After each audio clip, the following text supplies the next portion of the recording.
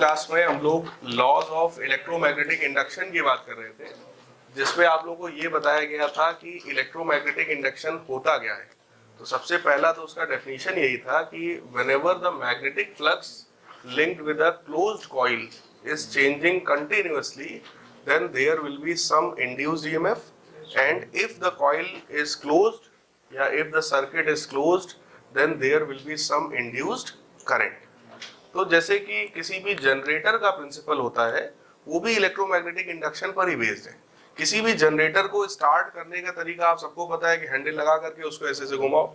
जब आप उसको हैंडल यहाँ पे ऐसे घुमाते हैं तो जनरेटर का बेसिक कंस्ट्रक्शन तो सबको पता है कि नॉर्थ पोल है, साउथ पोल है, इसके बीच में एक कॉइल है और वो कॉइल घूमने लगती है।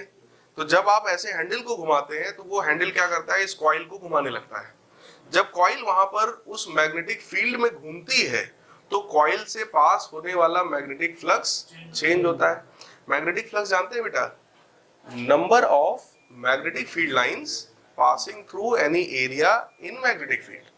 जैसे ये नॉर्थ पोल है, ये साउथ पोल है, तो मैग्नेटिक फील्ड लाइंस नॉर्थ से साउथ जाएंगी। ठीक, अब यहाँ पर ढेर सारी मैग्नेटिक फील्ड लाइंस है इस पूरे रीजन में जो कि नॉर्थ से साउथ की तरफ जा रही है।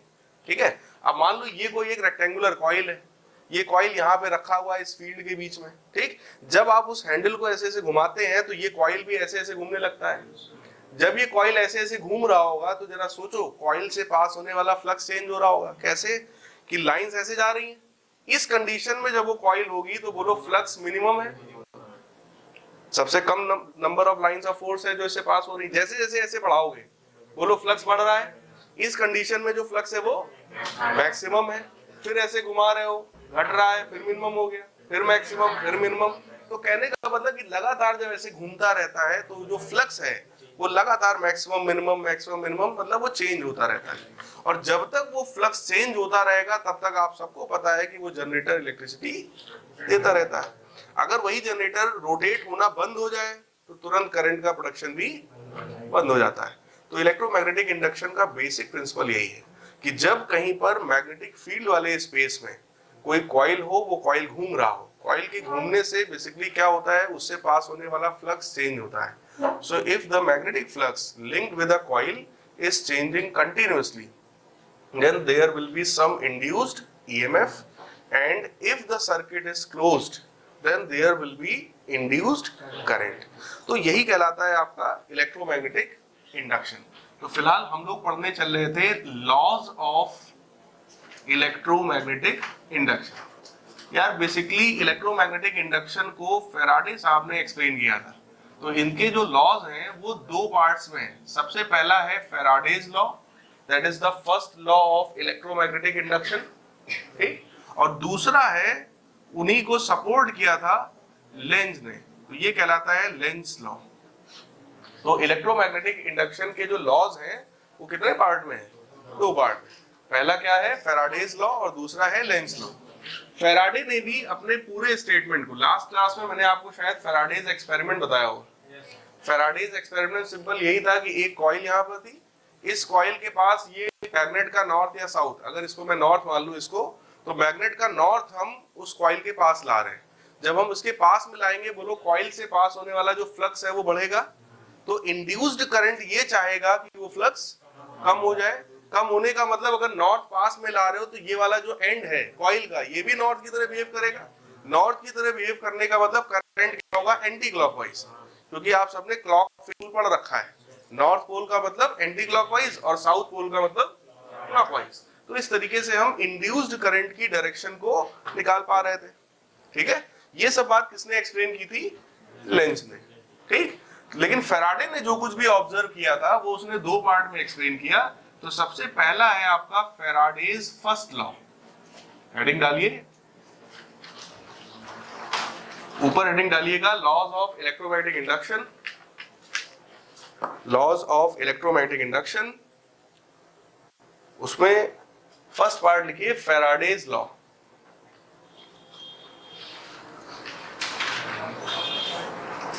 फर्स्ट है फैराडेज लॉ। ठीक, तो फैराडे ने भी अपनी बात को दो पार्ट में कहा। सबसे पहला था Faraday's first law. First law वही है जो इलेक्ट्रोमैग्नेटिक इंडक्शन का डेफिनेशन है। मतलब if the magnetic flux linked with a closed coil is changing continuously, then there will be some induced EMF, and if the circuit is closed, then there will be some induced current. तो वही चीज लिख लीजिए जल्दी से. Whenever, first law में लिखी गई है, whenever magnetic flux linked with a whenever magnetic flux linked with a closed circuit changes comma an EMF bracket में लिखिए and hence current ब्रैकेट में and hence current bracket close is induced in it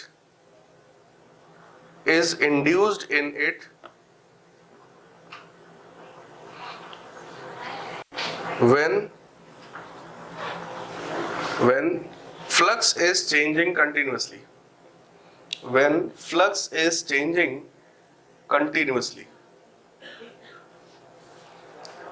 This phenomena is called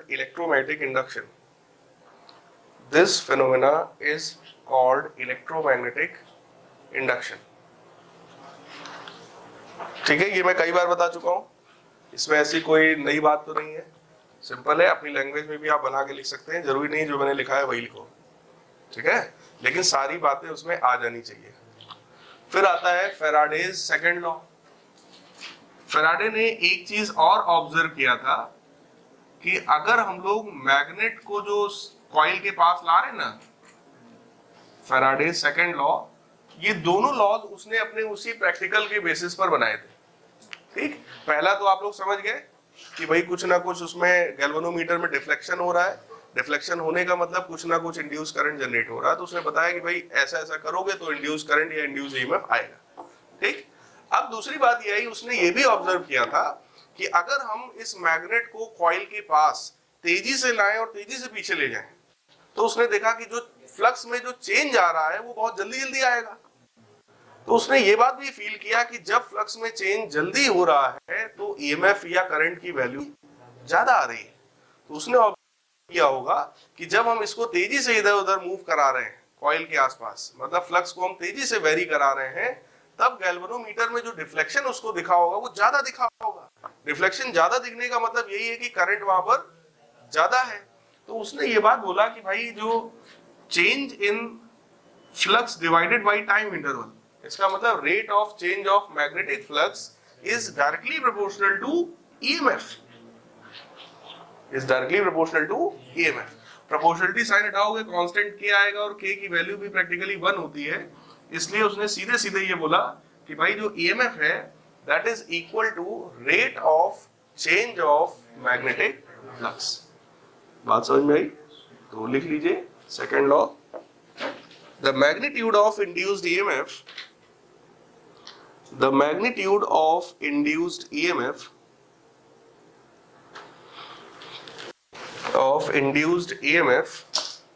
is equal to the rate of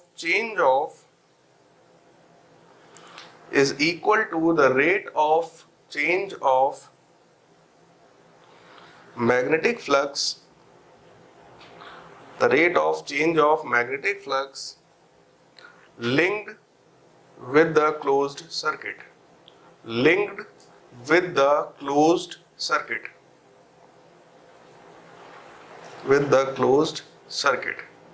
clear है? ठीक. फिर third मतलब second जो आया वो लेंज लॉ आया. पहला फैराडे ने 2 लॉज दिए अपने हिसाब से, और दूसरा लॉ किसने दिया? लेंज ने. तो लेंज साहब ने जो लॉ दिया था मैं लास्ट क्लास में आपको समझा चुका था. इन्होंने कहा, लिख लीजिए, the direction of induced current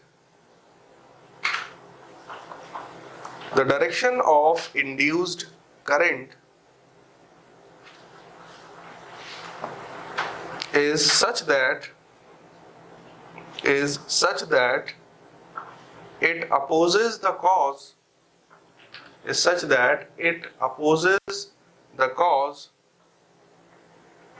which produce it. that is it opposes the change in magnetic flux. That is, it opposes the change in magnetic flux. The change in magnetic flux.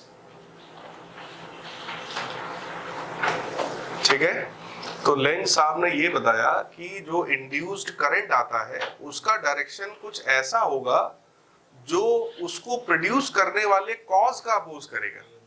मतलब जिस वजह से वो induce current पैदा हुआ है वो उसी कॉज का ही अपोज करने लगता है।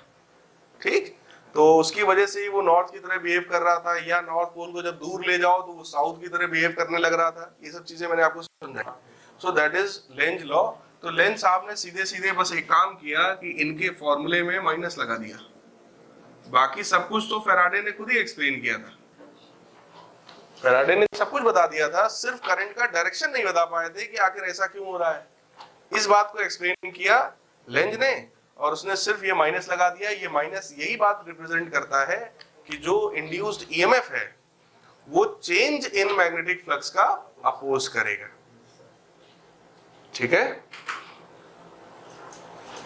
So E is equal to minus delta phi by delta t. ठीक, ये तो एक टर्न की बात है। फॉर n टर्न्स तो n का मल्टीप्लाई हो जाएगा, so EMF will be minus n times delta phi upon delta t. लिख लो भाई।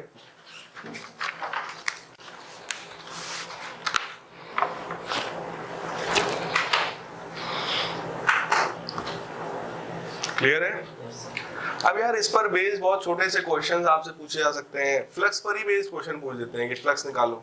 जैसे एक क्वेश्चन है इसमें कि कोई एक रेक्टेंगुलर लूप है जिसका डायमेंशन है 20 सेंटीमीटर बाई 30 सेंटीमीटर, तो एरिया कितना होगा 600 सेंटीमीटर स्क्वायर। उसको आप मीटर स्क्वायर में कन्वर्ट कर लेंगे, और मैग्नेटिक फील्ड आपको दे दी गई 0.3 टेस्ला, मतलब B पता है, A पता है। अब आपको तीन कंडीशंस दी गई। पहली कंडीशन में आपसे बोल रहा है कि the plane of coil is perpendicular to magnetic field. The flux बताओ कितना होगा। Phi is equal to B A cos theta होता है, उसमें theta is the angle between magnetic field and area vector.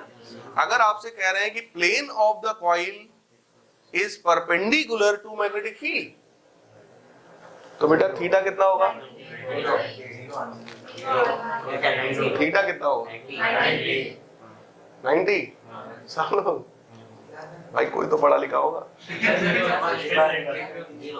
आपसे क्वेश्चन ये पूछा गया है, calculate the magnetic flux if the plane of the coil is perpendicular to magnetic field. ये magnetic field है, कॉइल ऐसे रखा है, तो कितना फ्लक्स होगा, जीरो फ्लक्स होगा,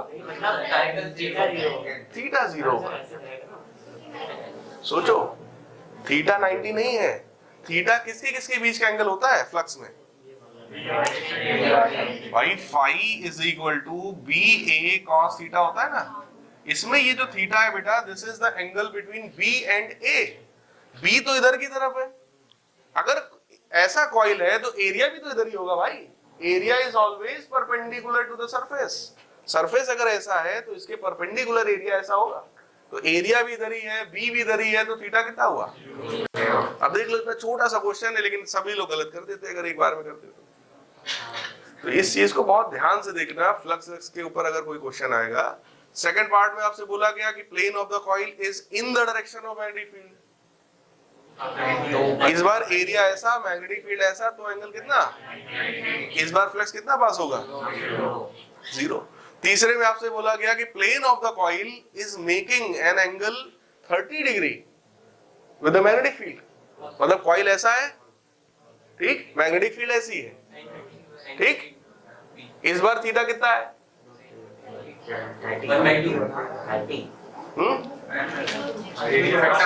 60।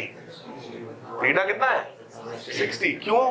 क्योंकि थीटा किसके किसके बीच का होता है बेटा, ये तो ध्यान रखो बार बार, बी और ए के बीच का। अगर कॉइल ऐसे रखा हुआ है तो बोलो इसका एरिया ऐसा होगा परपेंडिकुलर टू सरफेस, बोलो यार।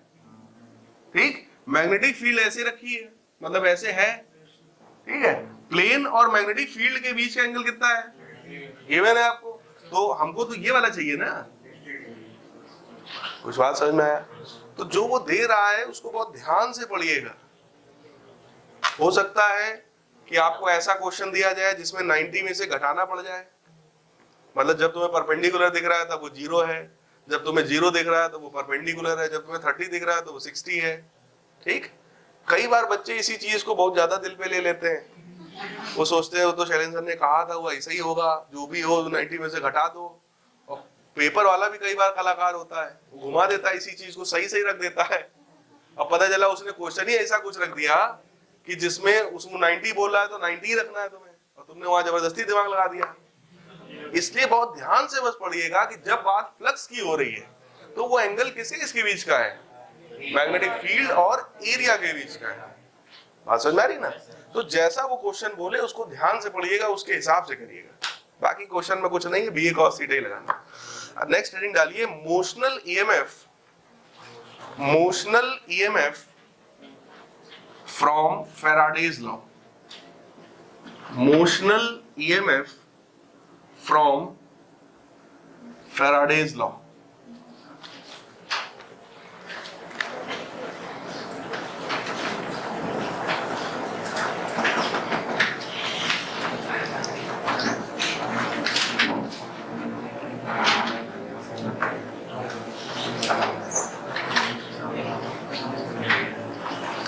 Motional EMF from Faraday. देखो मोशनल नाम से आप समझ गए होंगे, it is due to motion, किसी ना किसी चीज के मोशन की वजह से हो रहा होगा।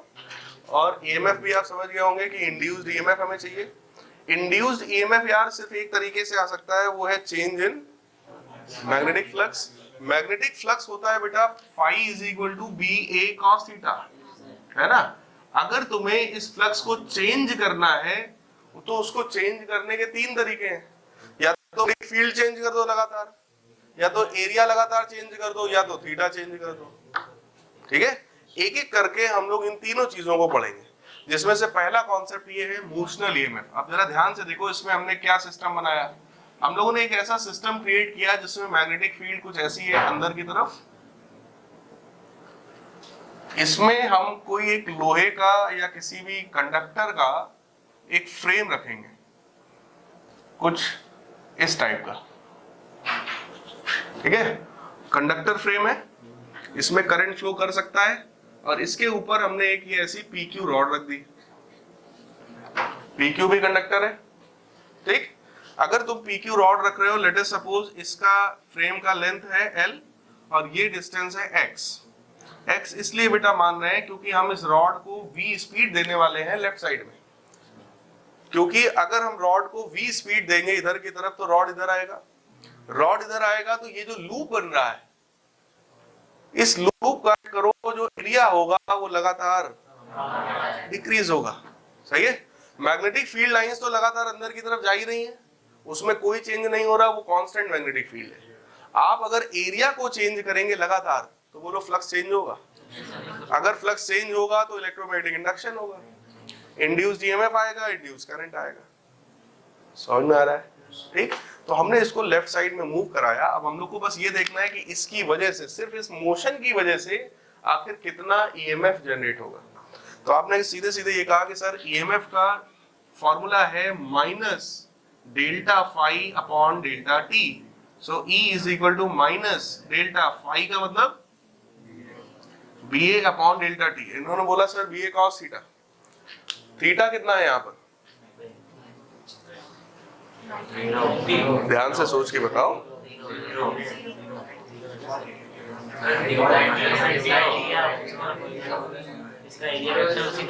थीटा कितना है, 0 या 180, दोनों चलेगा, 0 भी चलेगा 180 भी चलेगा। सही है, एरिया अंदर की तरफ मानोगे 0, बाहर की तरफ मानोगे 180। कंडक्टर है तो स्टार्टिंग में ही बोला ना हमने, ये पूरा का पूरा कंडक्टर है, उस कंडक्टर के ऊपर PQ रखा। हाँ अलग चीजें हैं, सेम मेटल की है। सिर्फ इस वजह से देखो, एक चीज समझो जरा, जैसे एक वायर आप लीजिए, उस वायर को ऐसे आप बना दीजिए ये शेप, और इसके ऊपर कोई दूसरा वायर रख दो लेकिन छिला हुआ हो, तो क्या करंट फ्लो नहीं होगा? होगा। आपने ज्वाइन तो कर दिया ना, आपने इस कंडक्टर को यहाँ पे इससे टच तो करा दिया ना, तो करंट फ्लो होगा, कोई दिक्कत नहीं है, सिर्फ क्लोज होना चाहिए। लेकिन अगर इसको वो ऐसे ऊपर उठा दे तब ये क्लोज नहीं होगा, तब करंट नहीं फ्लो होगा, लेकिन ईएमएफ तब भी होगा। फैराडे लॉ ने सिंपली ये बताया था, फैराडे ने, कि अगर मैग्नेटिक फ्लक्स चेंज होगा तो there will be some induced EMF.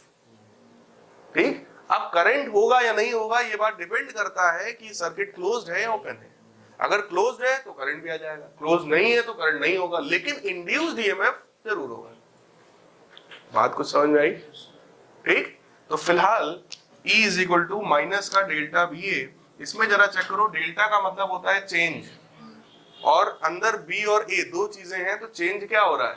A, तो B कांस्टेंट है इसलिए B बाहर आ जाएगा, तो अंदर क्या बचा? Delta area. एरिया कितना है बेटा? L into x divided by time. So E is equal to minus का B, इसमें भी जरा चेक करो, L कांस्टेंट है बाहर आ गया, अंदर बचा delta x by delta t। Delta x का मतलब आप समझ ही रहे हैं, change in x, delta t का मतलब time, so that is the speed v। सही है। और उसमें भी अगर आप थोड़ा सा और ध्यान देंगे तो आप ये देखेंगे कि सर डेल्टा t जो है that is always positive, time interval कभी भी नेगेटिव नहीं होता, क्योंकि टाइम हमेशा बढ़ता है। लेकिन डेल्टा x यहाँ पे डिक्रीज हो रहा है, तो delta x will be negative, delta t will be positive. बोलो यार, तो ओवरऑल जो रेशियो है वो कैसा हो गया? नेगेटिव। तो आप बोलेंगे कि सर ये जो ईएमएफ आया that is minus BL times minus V, so EMF is equal to BVL। तो मोशनल ईएमएफ की वैल्यू कितनी आ गई?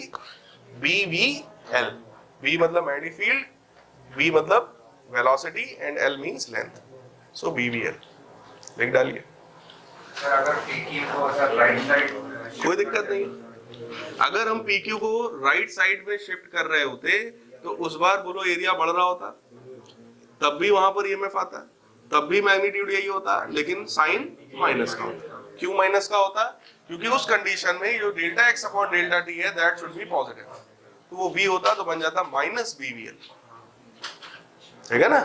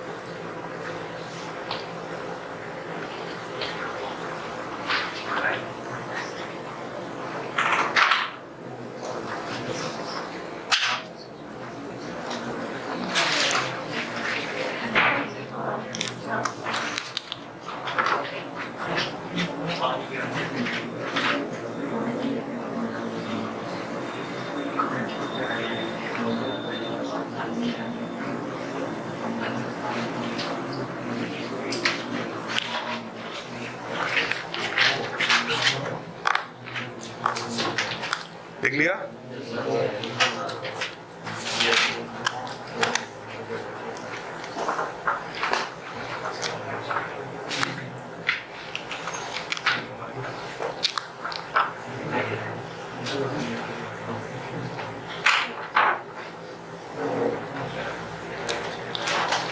अब फिर से हम लोग इसी चीज को डिराइव करेंगे बट यूजिंग लॉरेंज फोर्स। ठीक, उससे पहले आप लोगों को इंड्यूस्ड करंट का डायरेक्शन पता होना चाहिए। तो इंड्यूस्ड करंट के डायरेक्शन के लिए अपने पास फ्लेमिंग का राइट हैंड रूल है, ये सबको पता है। फ्लेमिंग ने दो रूल दिए थे, पहले लेफ्ट हैंड रूल, दूसरा right hand rule. Left hand rule जो है that was used for determining the direction of force, और right hand rule is used for determining the direction of induced current. ठीक, left hand rule में उसने ये बोला था कि अगर ये फर्स्ट मतलब फोर फिंगर जो है वो मैग्नेटिक फील्ड दिखाए, मिडिल फिंगर करंट दिखाए, then thumb will indicate force.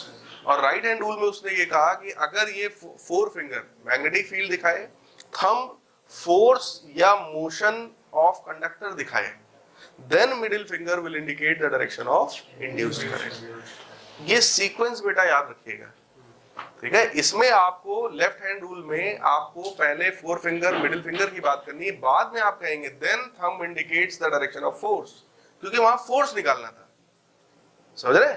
यहां पर आपको ये निकालना है, करंट निकालना है, इसलिए आप इसकी बात बाद में करेंगे। पहले आप फोर फिंगर की बात करेंगे, फिर थंब की बात करेंगे, देन मिडिल फिंगर पे आएंगे। बात कुछ समझ में आ रही है, ठीक। तो ये सीक्वेंस सिर्फ याद रखिएगा, बाकी रूल तो आई थिंक बना के लिख ही लेंगे कि लिखा दें, हाँ लिख लेंगे ना। इसमें एक लाइन सबसे पहले आप लिखेंगे, Fleming's right hand rule is used for determining the direction of induced current. फिर उसके बाद अपने हिसाब से आप लिखिए, if the four finger middle finger and thumb of the right hand is kept mutually perpendicular to each other and four finger is representing the direction of magnetic field, thumb is indicating the direction of force or motion of conductor, then middle finger will indicate the direction of induced current। तो ये बना के लिख पाओगे, ना लिख पाओ तो किताब खोल लेना, वहां से लिख लेना, सिर्फ हेडिंग डाल लो फ्लेमिंग्स राइट हैंड रूल, ताकि आपके दिमाग में रहे कि इसमें आपको फ्लेमिंग्स राइट हैंड रूल पढ़ना है। Fleming's right hand rule bracket में लिखो, for direction of induced current, for direction of induced current, direction of induced current. और बेटा फ्लेमिंग का राइट हैंड रूल सिर्फ और सिर्फ इसी चैप्टर में यूज होगा और कहीं यूज नहीं होगा, ठीक है ना। तो इसको जो है थोड़ा ध्यान रखिएगा। नेक्स्ट हेडिंग डालिए, motional EMF from Lorentz force, motional EMF from Lorentz force. Lorentz force क्या होता है बेटा?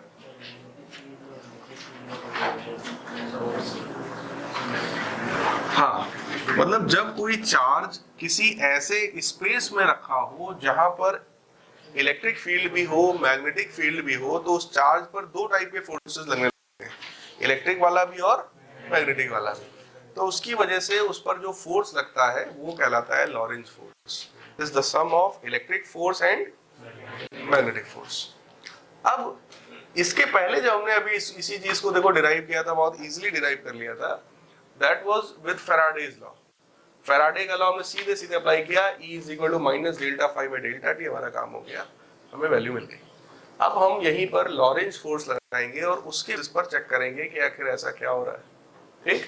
फिर से वही सिस्टम है कि एक रॉड है, कंडक्टर रॉड है, और इस कंडक्टर को हम लेफ्ट साइड में मूव करा रहे हैं, ठीक।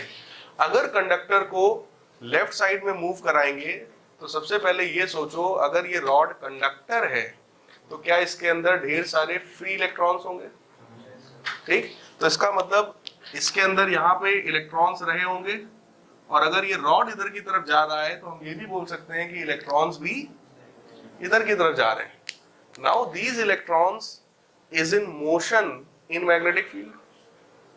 चेक करो भाई, ये इलेक्ट्रॉन्स मैग्नेटिक फील्ड में है और मोशन में है, तो क्या होगा? फोर्स लगेगा। उस फोर्स की वैल्यू कितनी है बेटा? QEB sin थीटा, है ना। फोर्स का डायरेक्शन निकालने के लिए फ्लेमिंग का left hand rule, left hand rule force के डायरेक्शन के लिए।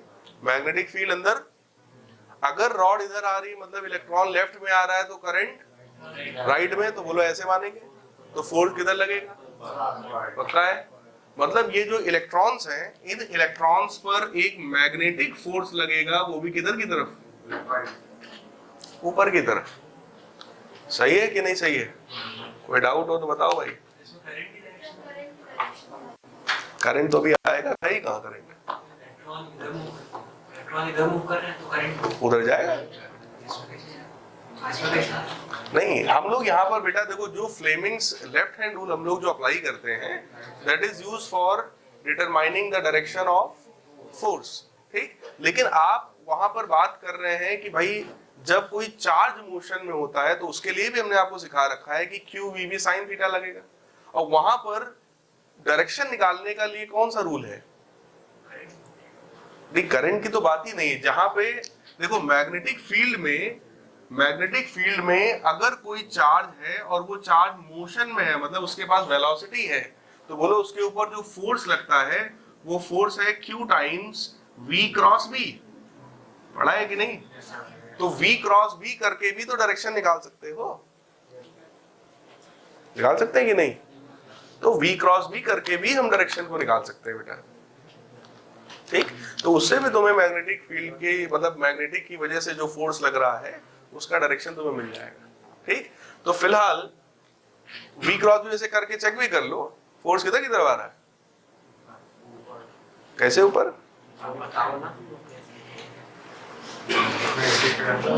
V किधर की तरफ है भाई, इलेक्ट्रॉन किधर जा रहा, मैग्नेटिक फील्ड किधर है, अंदर।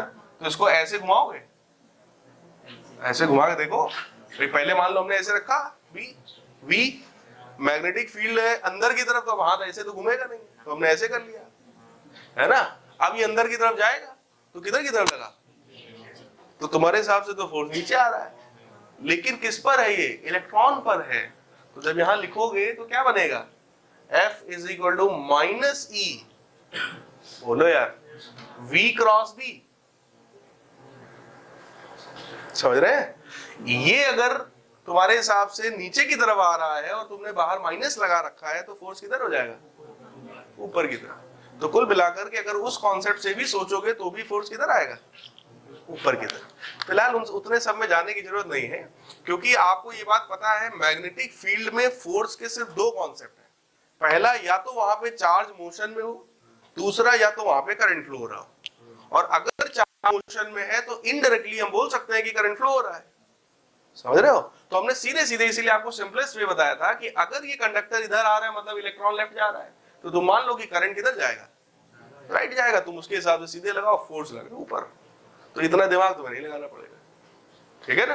तो कहने का मतलब ये जितने भी इसके अंदर इलेक्ट्रॉन्स रहे होंगे, बोलो सभी में फोर्स किधर लग रहा है। तो क्या कुछ समय के बाद सारे इलेक्ट्रॉन्स ऊपर पहुंच जाएंगे, और अगर इलेक्ट्रॉन्स में फोर्स ऊपर लग रहा होगा तो पॉजिटिव चार्ज पे किधर लग रहा होगा, तो वो सब कहां पहुंच गए। क्या ये जो रॉड है अब ये चार्ज हो गई, नीचे पॉजिटिव ऊपर निगेटिव, तो बोलो इलेक्ट्रिक फील्ड जनरेट हो गया। किधर से किधर, फ्रॉम पॉजिटिव टू नेगेटिव। अब ये इलेक्ट्रॉन क्या इलेक्ट्रिक फील्ड में भी है, तो उसकी वजह से भी फोर्स लगा किधर की तरफ। इलेक्ट्रिक फील्ड में फोर्स का क्या कॉन्सेप्ट है, एक ही है। अगर चार्ज रखा भी है तो उस पर फोर्स लगेगा, F बराबर क्यू ही। बोलो यार, अगर पॉजिटिव चार्ज है तो इलेक्ट्रिक फील्ड की डायरेक्शन में लगेगा, अगर नेगेटिव चार्ज है तो इलेक्ट्रिक फील्ड के जस्ट। तो बोलो इस इलेक्ट्रॉन पे फोर्स किधर लगेगा,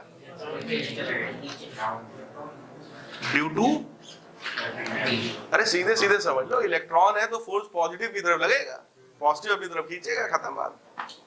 बोलो यार, तो इस इलेक्ट्रॉन पर जो कि कंडक्टर के अंदर है उस पे कितने फोर्सेस हो गए, दो, एक नीचे एक ऊपर। ये जो रॉड है, ये रॉड बोलो v कांस्टेंट वेलोसिटी से लेफ्ट साइड आ रही है, या वो v भी हम चेंज कर रहे हैं। v को हमने कैसा माना है, कांस्टेंट। पिछले डेरिवेशन में भी कैसा माना था, कांस्टेंट। तो यहां पर ये v कांस्टेंट है। अगर v कांस्टेंट है तो बोलो इसका एक्सेलरेशन कितना है, तो इस रॉड पे फोर्स कितना है, मतलब रॉड का हर एक पार्टिकल किसमें है, इक्विलिब्रियम। अगर हर एक पार्टिकल इक्विलिब्रियम में है तो ये इलेक्ट्रॉन भी किसमें है, अगर ये इक्विलिब्रियम में है तो नेट फोर्स कितना है, नेट फोर्स जीरो होने का मतलब Fm इज इक्वल टू, सही है। Fm का मतलब क्या हो गया, फोर्स की वैल्यू कितनी है, QEB, या बोला जाए EVB, और this is E into E, है ना। QE, Q से Q कैंसिल, तो आपको ये पता चल गया कि भाई VB जो है that is equal to electric field. और हम लोग इंटरेस्टेड किसमें है, मोशनल EMF। तो आप सबको पता है कि अगर इलेक्ट्रिक फील्ड है तो वहां EMF जरूर होगा, क्योंकि आपने एक रिलेशन पढ़ रखा है, E is equal to minus dV by dr। अगर पोटेंशियल डिफरेंस है तो इलेक्ट्रिक फील्ड होगा, और अगर इलेक्ट्रिक फील्ड है तो पोटेंशियल डिफरेंस होगा, ठीक। और ये भी हमको पता है कि अगर हम EMF की वैल्यू बताएं, ये EMF है भाई, इलेक्ट्रिक फील्ड नहीं है, this EMF is equal to electric field के फॉर्म में क्या बोलोगे ईएमएफ को? EMF is equal to electric field into distance. नहीं याद है भाई? E is equal to minus का dv by dr। So E into dr is equal to minus का dv, और dv का मतलब ही होता है पोटेंशियल डिफरेंस। उसी को हम यहाँ पे ईएमएफ बोल रहे हैं भाई। तो इसका मतलब ईएमएफ जो होगा वो इलेक्ट्रिक फील्ड इनटू डिस्टेंस। सही है? इलेक्ट्रिक फील्ड कितना है? E, और डिस्टेंस कितना है भाई? L लेंथ पर ही तो इसके ऊपर लगेगा जो भी ईएमएफ होगा। ठीक है? तो आपने ये बोला कि सर जो इलेक्ट्रिक फील्ड है वो किसके बराबर है? तो जरा चेक करो, ये जो ईएमएफ है क्या ये फिर से BVL आ गया? बोलो यार। लेकिन इस बार हमने इसमें कौन सा कॉन्सेप्ट यूज किया है? लॉरेंट्ज फोर्स का। हमने इसी को इलेक्ट्रिक फील्ड और मैग्नेटिक फील्ड से एक्सप्लेन कर लिया। कुछ समझ में आया? लिख डालिए। कुछ डाउट है? बताओ। ये चीज समझ में आया? ये हाँ बता। यहाँ तक क्लियर है ना? तुम्हें भी यहाँ तक क्लियर है? इसके बाद की बात देखो, हमको बेटा इलेक्ट्रिक फील्ड मिल गई है, हमको ईएमएफ चाहिए। ईएमएफ मतलब पोटेंशियल डिफरेंस चाहिए। पोटेंशियल डिफरेंस का कॉन्सेप्ट वहां पर ये था कि E is equal to minus का dv बाई dr, और उसमें वो माइनस क्या रिप्रेजेंट करता है? किसका? वो माइनस ये रिप्रेजेंट करता है जिस डायरेक्शन में इलेक्ट्रिक फील्ड होगा उस डायरेक्शन में पोटेंशियल डिक्रीज होगा। यही तो रिप्रेजेंट करता है। बाकी उस माइनस का और कोई मतलब नहीं है। ठीक है ना? यहां भी यही बात है। अगर इलेक्ट्रिक फील्ड इधर की तरफ है तो अगर तुम ऊपर की तरफ जाओगे तो ईएमएफ की वैल्यू घटेगी। मतलब क्या है कि इधर की तरफ ईएमएफ नेगेटिव है और इधर की तरफ ईएमएफ पॉजिटिव है। ठीक है? तो उस माइनस का कोई खास मतलब नहीं है। माइनस dv का मतलब ईएमएफ, और ईएमएफ का मतलब ही था इलेक्ट्रिक फील्ड इनटू डिस्टेंस। तो हमने इलेक्ट्रिक फील्ड में डिस्टेंस मल्टीप्लाई कर दिया, आ गया BVL। अब करंट की अगर बात करनी है, ईएमएफ तुम्हें पता है, तो आप सीधे सीधे ये कहेंगे सर अगर इस रॉड का रेजिस्टेंस R है, भाई रेजिस्टेंस तो रॉड का ही होगा। अगर रेजिस्टेंस R है तो वही करंट कितना हो जाएगा? Induced current, that is EMF upon, so BVL upon, ये भी लिख लो।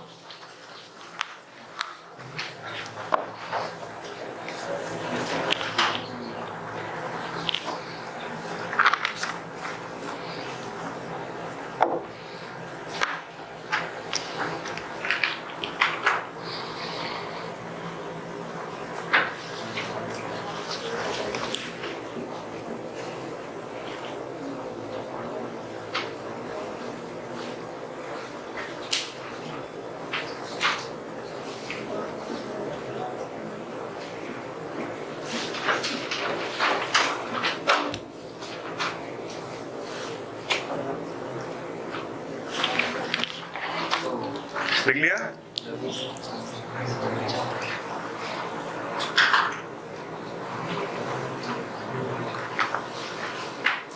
ये बहुत इंपॉर्टेंट डेरिवेशन है, बोर्ड एग्जाम के पॉइंट ऑफ व्यू से, कंपटीशन के पॉइंट ऑफ व्यू से बहुत इंपॉर्टेंट है। इसके जो कॉन्सेप्ट्स हैं छोटे छोटे से, वो तुम्हारे कॉम्पिटिटिव एग्जाम में बहुत हेल्प करते हैं।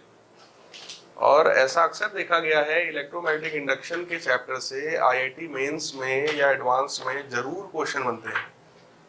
मतलब मेंस में तो आपको श्योर क्वेश्चन मिल ही जाएगा, वहां पर आके कहीं ना कहीं इस पर बेस्ड क्वेश्चन जरूर आता है। तो ये बहुत इंपॉर्टेंट चैप्टर है इस पॉइंट ऑफ व्यू से।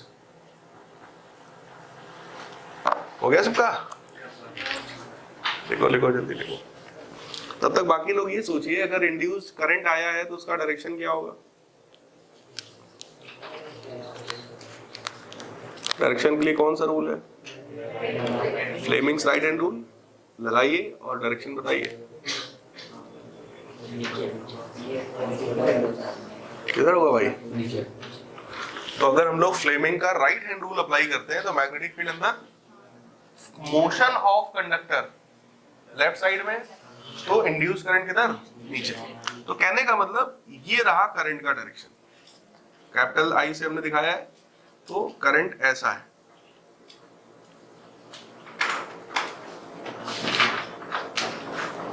सही है? अब देखो पूरी कहानी में फिर से ट्विस्ट आने वाला है। हाँ फोर्स जीरो है किस पे हाँ रॉड पे फोर्स जीरो है हाँ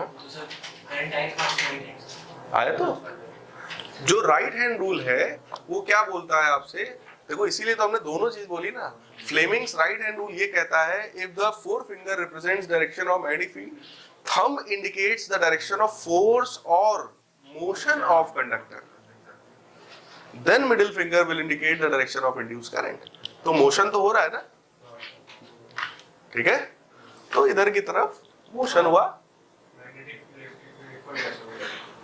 फील्ड नहीं इक्वल है भाई फील्ड कहाँ इक्वल किया हमने फोर्स इक्वल किया हमने क्यों इक्वल किया क्योंकि ये जो रॉड था बेटा ये कांस्टेंट वेलोसिटी से लेफ्ट में आ रहा था कांस्टेंट वेलोसिटी का मतलब एक्सेलरेशन जीरो है एक्सेलरेशन जीरो का मतलब फोर्स जीरो है रॉड पे अगर फोर्स जीरो है तो रॉड के अंदर जितने इलेक्ट्रॉन्स होंगे उन पे फोर्स जीरो होगा क्योंकि वो इक्विलिब्रियम में और नेट फोर्स जीरो का तरीका एक ही है कि भाई जितना फोर्स लगा उतना ही नीचे लग जाए तो नेट जीरो हो जाएगा तो हमने FMFE के बराबर कर दिया अभी भी कोई डाउट हो पूछ लो भाई ठीक तो कुल मिला के बस इतना हुआ कि सब मूव किया दोनों फोर्स बराबर हुए इलेक्ट्रिक फील्ड की वैल्यू मिल गई VV के बराबर इलेक्ट्रिक फील्ड पता है तो पोटेंशियल डिफरेंस पता है उसी को यहाँ पे EMF नाम दिया गया तो मोशनल EMF की वैल्यू आ गई BVL और अगर EMF पता है तो करंट पता है that is EMF upon resistance so BVL upon R अब कहानी में फिर से ट्विस्ट है ट्विस्ट ये है कि यहाँ पर जो रॉड है now this rod is a current carrying rod which is placed in a magnetic field ध्यान से देखो अब ये रॉड कैसा हो गया करंट कैरिंग रॉड हो गया जो कि कहां रखा है मैग्नेटिक फील्ड में अब क्या होगा किसी भी करंट कैरिंग रॉड को अगर हम मैग्नेटिक फील्ड में रख दें तो क्या होगा there will be some force होगा ना वो फोर्स कितना होता है IBL sin थीटा थीटा कितना है ध्यान से देखो थीटा कितना है थीटा किसके बीच का एंगल होता है B और L ठीक B किधर की तरफ है अंदर और लेंथ बेटा अगर ऐसा है तो लेंथ तो इसी प्लेन में होगा ना लेंथ ऐसा है और मैग्नेटिक फील्ड अंदर तो एंगल तो 90 हुआ sin 90 is 1 तो इसका मतलब जो फोर्स लगा रॉड पर अब वो कितना है IBL पक्का है और वो जो फोर्स है उसकी डायरेक्शन निकालने के लिए कौन सा रूल है लेफ्ट हैंड रूल लगाओ left hand rule magnetic field अंदर की तरफ करंट किधर है रॉड में करंट बोलो यार ध्यान से देख लो भाई तो फोर्स किधर बेटा खिचड़ी तो नहीं पक रही थोड़ी थोड़ी देखो भाई अभी तक का सीन इजी था छोटी छोटी चीजें हैं अभी तक का ये सीन आई थिंक एकदम क्लियर होगा इसमें कोई डाउट वाली चीज है ही नहीं अब बेटा सिस्टम बस ये है कि now this rod is a current carrying rod which is placed in magnetic field so there will be some force और वो फोर्स के लिए हमारे पास फ्लेमिंग का लेफ्ट हैंड रूल है तो हमने ये देखा कि भाई मैग्नेटिक फील्ड अंदर है रॉड में करंट किधर की तरफ है ग्रीन कलर से दिखाया गया आपको नीचे की तरफ तो फोर्स किधर होगा राइट साइड में तो आपने ये देखा इतना सब बवाल होने के बाद अब इसके ऊपर एक फोर्स लगेगा और उस फोर्स की वैल्यू कितनी होगी दैट इज IBL अब ये बताओ I कितना है so F is equal to BVL upon R into B into L तो क्या ये B square L square V by R सही है और ये फोर्स किधर की तरफ है ध्यान रखना राइट साइड में करेक्ट है अगर किसी भी बॉडी पर कोई भी फोर्स लग रहा हो और वो बॉडी किसी v वेलोसिटी से मूव कर रही हो तो क्या उसके पास कुछ पावर जनरेट होता है उसके अंदर power is equal to force into velocity पता है ये बात P is equal to F into V तो इसकी वजह से इस रॉड में ध्यान से देखिएगा भाई इसकी वजह से इस फोर्स की वजह से इस रॉड में एक पावर जनरेट होगा and that power generated is equal to force into velocity ये फॉर्मूला पता है कि नहीं P is equal to FV सबको पता है सो फोर्स की वैल्यू ऊपर है वेलोसिटी और मल्टीप्लाई कर दोगे तो बोलो कितना हो जाएगा that is the power generated in the rod due to this force generated. बोलो सही है, पक्का एकदम? अब फिर से सुनो, क्योंकि इस रॉड में करंट फ्लो हो रहा है और इस रॉड का अपना कुछ रेजिस्टेंस भी है, तो क्या इस रॉड में भी कुछ पावर लॉस होगा? बताओ। सबने ये बात पढ़ रखा है कि अगर किसी भी रजिस्टर में करंट फ्लो कराओगे तो there will be always loss of energy, there is always some power loss. और वो पावर लॉस कितना है? That is the power loss in rod. Rod में कितना पावर लॉस होगा? तो आप बोलेंगे sir P is equal to VI लिख लो, चाहे I स्क्वायर R लिख लो, चाहे V स्क्वायर अपॉन R लिख लो, सही है ना? तो हम बोलेंगे कि P is equal to I square R, ठीक, या कोई भी लगा लो। तो I की वैल्यू कितनी है? B square V square L square upon R square into R। तो वैल्यू बेटा कितनी हो गई? दैट इज पावर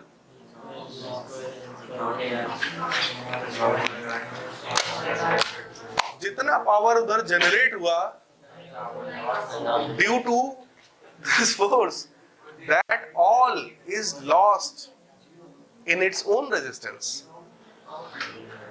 जितना पावर जनरेट हुआ वो सारा का सारा पावर लॉस हो गया। कुल मिलाकर इस सिस्टम की जो एनर्जी है दैट इज अगेन कंजर्व्ड। जितनी एनर्जी पहले थी उतनी ही एनर्जी अभी भी है, क्योंकि नेट फोर्स रॉड पे कितना था? 0। और ये चीज एक्सप्लेन कर रही है लेंज लॉ को। लेंज साहब ने यही कहा कि इंड्यूस्ड करंट हमेशा यही चाहेगा कि फ्लक्स जो चेंज हो रहा है वो चेंज, यहां पर फ्लक्स डिक्रीज हो रहा था बोलो, तो लेंज लॉ ने यानी कि इंड्यूस्ड करंट ने कोशिश ये किया कि फोर्स ऐसा लगा दो कि रॉड इधर भागने लगे। कुछ समझ पा रहे हैं?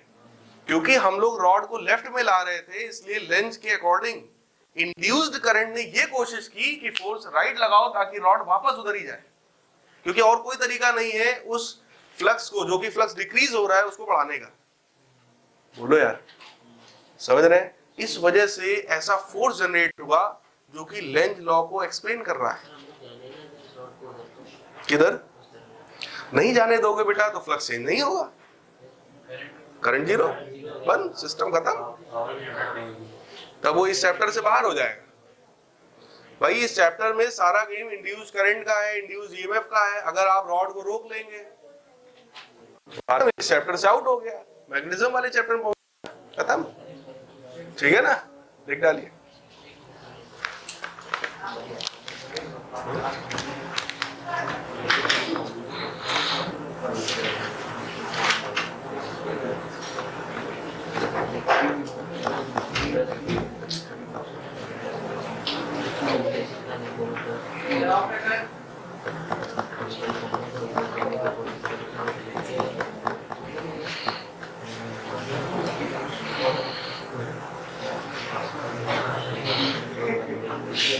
क्लियर है या कोई डाउट है अभी इसमें? देख लो भाई, ध्यान से लिख लेना और हर चीज बहुत क्लियर लिखिएगा। कौन सा फोर्स क्यों आया, कौन सा पावर क्यों आया, वो सब चीज क्लियर होनी चाहिए आपको।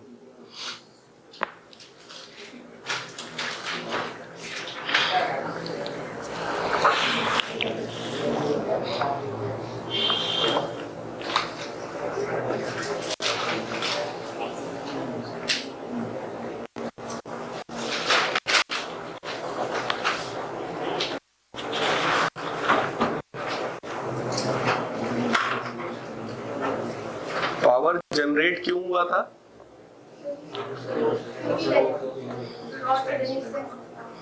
क्योंकि उस रॉड पर एक फोर्स लग गया, अपने आप लग गया, मैग्नेटिक फील्ड की वजह से। किसी भी बॉडी पर अगर हम लोग कोई भी फोर्स लगाते हैं और वो बॉडी मोशन में आ जाए तो हमने उसके अंदर पावर जनरेट कर दिया। भाई मान लो हम बैठे हैं यहाँ पे, ठीक, हम कुछ नहीं कर रहे, अपनी जगह पे रुके हुए हैं, आप आए, आपने धक्का देना शुरू किया, तो आपके उस फोर्स की वजह से हम मोशन में आ गए, तो मेरे अंदर अपने आप पावर हो गया। पावर का डेफिनेशन ही ये होता है, rate of doing work is called power. और अगर ऑब्जेक्ट मूव कर रहा है मतलब वर्क कर रहा है, और टाइम तो बदलता ही रहता है। तो अगर ऑब्जेक्ट मोशन में है तो वर्क हो रहा है, टाइम है ही है तो पावर है उसके पास, है ना। तो इसका मतलब जो फोर्स रॉड पे जनरेट हुआ उसने पावर जनरेट कराया, और करंट जनरेट हुआ वो रेजिस्टेंस की वजह से पावर लॉस कराया। और चांस की बात यह है कि जितना जनरेट हुआ पावर उतना ही लॉस हो गया, इसकी वजह से सिस्टम में ना एनर्जी आई ना सिस्टम से एनर्जी गई। So it also represents energy conservation.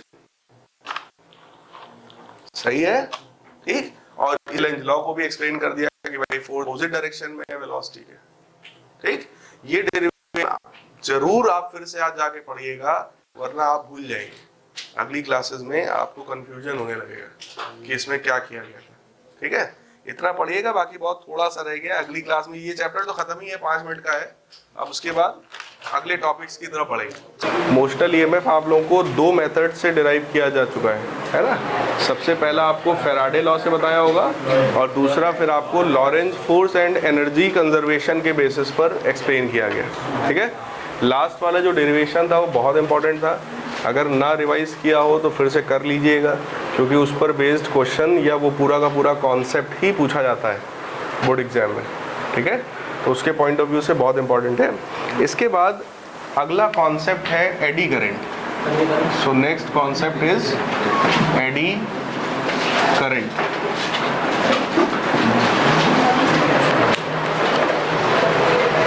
Eddy current, देखो हम लोग को ये बात पता है कि अगर किसी भी कॉइल से रिलेटेड मैग्नेटिक फ्लक्स अगर चेंज होगा तो वहाँ पर इंड्यूस्ड ईएमएफ आएगा इलेक्ट्रोमैग्नेटिक इंडक्शन के थ्रू, और अगर वो सर्किट क्लोज्ड है तो वहाँ पर इंड्यूस्ड करंट भी आएगा, है ना। और वो जो इंड्यूस्ड करंट है वो कहीं ना कहीं हीटिंग जनरेट करेगा। भाई करंट जहाँ भी फ्लो होता है, आप सबको ये बात पता है कि अगर उस वायर में कुछ भी रेजिस्टेंस है तो वो उसको हीट करेगा। और पिछले डेरिवेशन में तो हम लोगों ने देखा ही था कि कुछ पावर जनरेट हुआ था, कुछ पावर लॉस हुआ था, I²R। वो I²R लॉस इसी वजह से हुआ था क्योंकि उस रॉड में करंट फ्लो हो रहा था और रॉड के पास अपना कुछ रेजिस्टेंस था, है ना। तो ये कॉन्सेप्ट यहाँ क्या बना लिया गया कि भाई अगर किसी भी कॉइल में आप फ्लक्स चेंज कराएंगे तो इंड्यूस करंट आएगा, वो इंड्यूस करंट वहाँ पर हीट एनर्जी प्रोड्यूस करेगा। तो दिमाग ये लगा लिया गया कि क्यों ना ऐसा किया जाए कि कोई हम एक पूरा प्लेट ले लें, मतलब शीट ले लें कंडक्टर की, या पूरा का पूरा एक 3D कंडक्टर ही ले लें। जैसे मान लो हमने ईंट के शेप का एक पूरा ये कंडक्टर लिया, मतलब ये पूरा एक क्यूबॉइड है ऐसा, ठीक है। और इसको किसी ऐसे रीजन में हमने रख दिया जहां की मैग्नेटिक फील्ड वेरिएबल है, मतलब ऐसे रीजन में है जहां का मैग्नेटिक फील्ड कैसा है, this B vector is variable. अगर आप इसको वेरिएबल मैग्नेटिक फील्ड में रखेंगे तो बोलो इससे पास होने वाला फ्लक्स अपने आप चेंज होता रहेगा।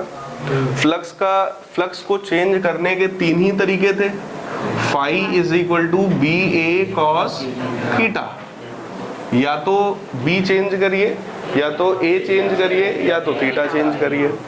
जिसमें बी चेंज करने वाला काम हम लोग पहले भी एक बार कर चुके हैं फैराडेज एक्सपेरिमेंट में, जिसमें कहा गया था ना कि ये कॉइल है, ये मैग्नेट है, मैग्नेट को पास ला रहे हैं या दूर ले जा रहे हैं। तो ऐसे में क्या होता है, मैग्नेटिक फील्ड ही तो चेंज हो रही है, मैग्नेटिक फ्लक्स बढ़ जाता है, कभी मैग्नेटिक फ्लक्स घट जाता है। सही है।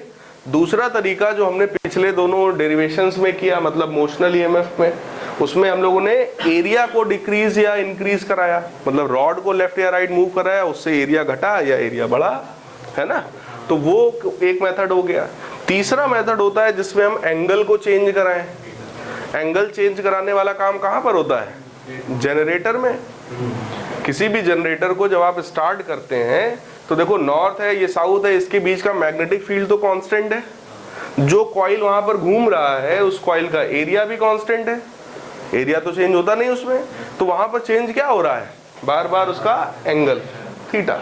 तो 3 मेथड्स हैं मैग्नेटिक फ्लक्स को चेंज करने के, जिसमें से पहला मेथड अप्लाई कर दिया गया। क्योंकि अगर हम लोग किसी शीट की बात कर रहे हैं तो शीट का एरिया तो चेंज हो नहीं सकता, ठीक। या अगर हम इस तरीके की किसी पूरा 3D बॉडी हमने ले ली है तो उसका भी एरिया चेंज नहीं हो सकता क्योंकि सॉलिड बॉडी है। तो हमने जुगाड़ ये लगाया कि इसको ऐसे रीजन में रखो जहाँ का मैग्नेटिक फील्ड कैसा हो, वेरिएबल। अगर फील्ड वेरिएबल होगा तो फ्लक्स चेंज होगा, फ्लक्स चेंज होगा तो इसके अंदर बोलो इंड्यूस्ड करंट आएगा, और वो जो इंड्यूस्ड करंट होगा वो इसमें एनर्जी का लॉस कराएगा। अगर लॉस कराएगा तो इसका टेम्परेचर बढ़ता जाएगा, सही है ना। टेम्परेचर बढ़ता जाएगा तो एक समय ऐसा भी आता है जब करंट की वैल्यू बहुत ज़्यादा हो जाती है तो ये सबसे रेड हॉट बन जाता है। लोहा जब कभी भट्टी में देखा है, लोहा जब गर्म होता है तो एकदम रेड कलर का हो जाता है, तो ये सब्सटेंस को एकदम रेड हॉट बनाने की क्षमता रखता है, इतना ज़्यादा हीट जनरेट कराता है ये एडी करंट। ठीक है, तो एडी करंट क्या है, ये किसी भी सब्सटेंस या किसी भी शीट में करंट या हीट जनरेट कराने के लिए इसका यूज़ किया जाता है। उसमें करना बस यही है, मैग्नेटिक फ्लक्स चेंज कराओ, इलेक्ट्रोमैग्नेटिक इंडक्शन अपने आप होगा, इंड्यूस्ड करंट अपने आप जनरेट होगा, वही इसको हीट कराएगा। ठीक है, अब बात यह है कि सर ऐसा कहाँ कहाँ पर होता है, जैसे किसी भी जनरेटर की बात करें, किसी भी मोटर की बात करें, या किसी भी और कहाँ हो सकता है, हीटर नहीं, जहाँ पर भी फ्लक्स चेंज होता हो,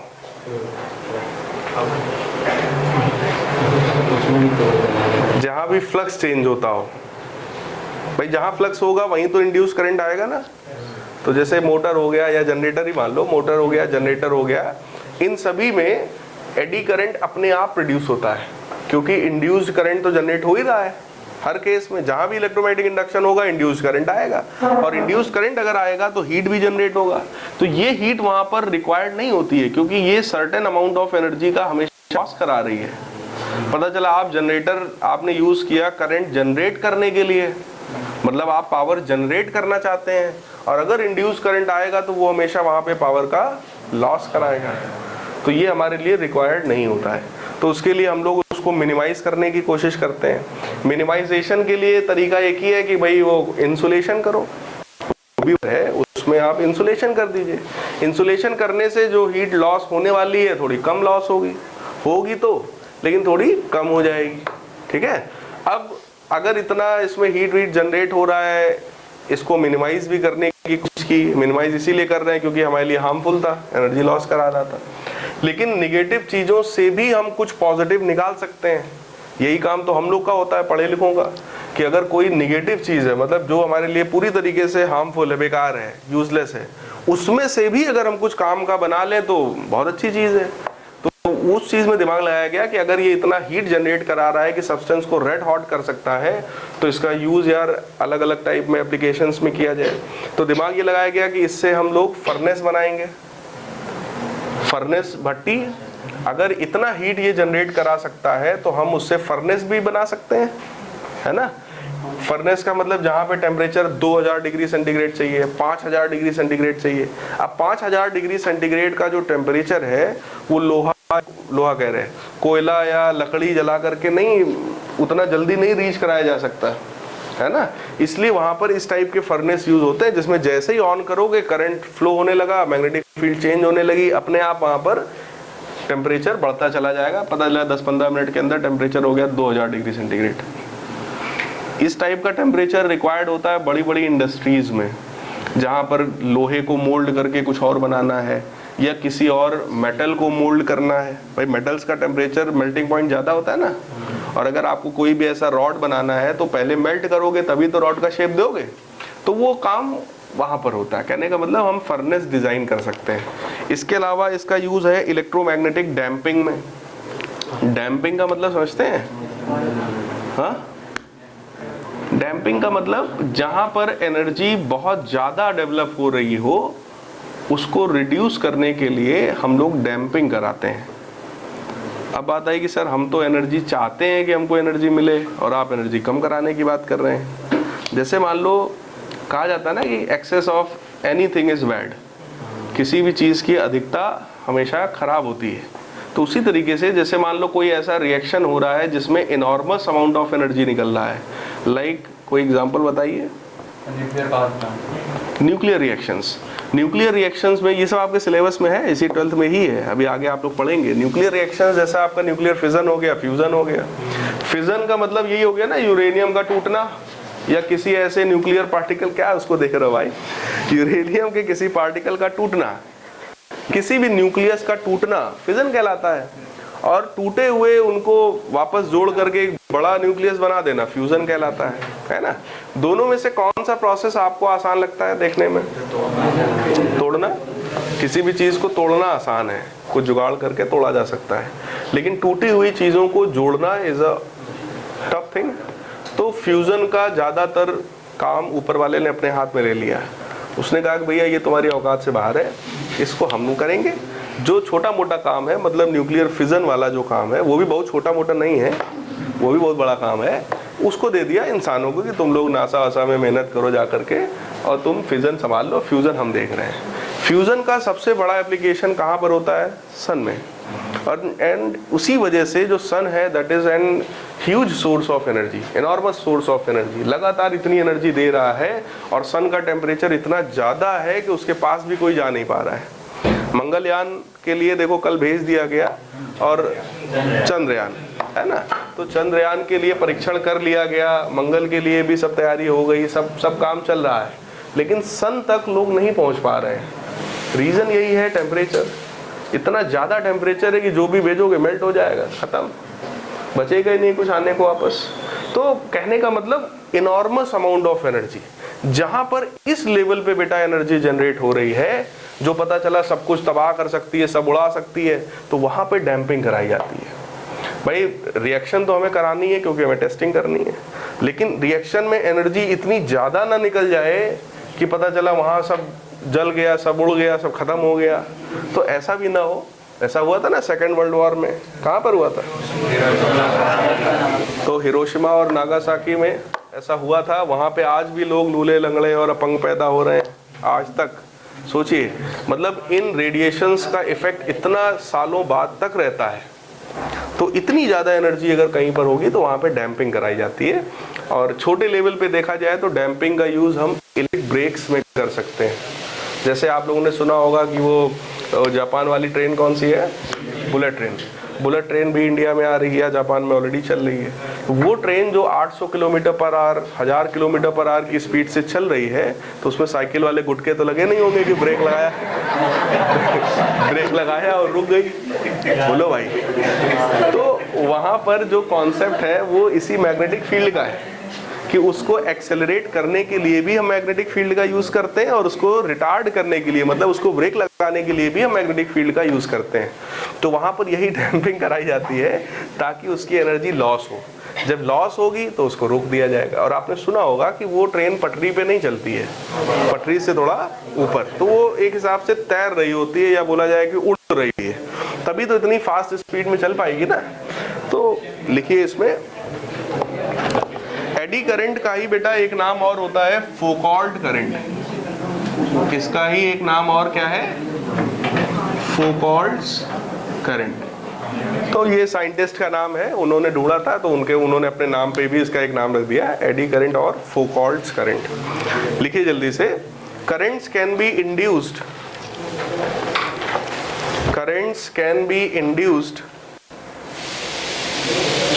currents can be induced not only in conducting coils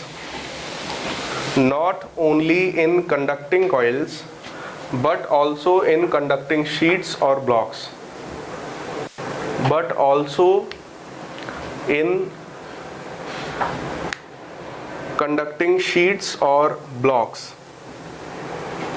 मतलब कि इंड्यूस करंट जरूरी नहीं है कि हम लोग हमेशा कॉइल में ही करें, हम किसी भी शीट में या किसी भी ब्लॉक में भी इंड्यूस करंट जनरेट करा सकते हैं।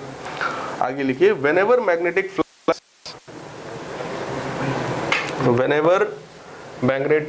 flux linked with a metal sheet, whenever magnetic flux linked with a metal sheet or block changes,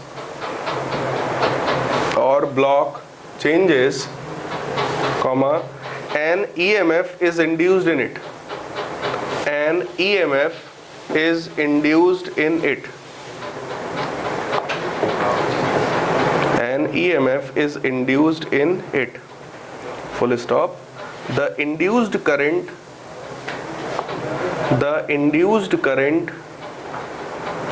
flow in closed path, induced current flow in closed path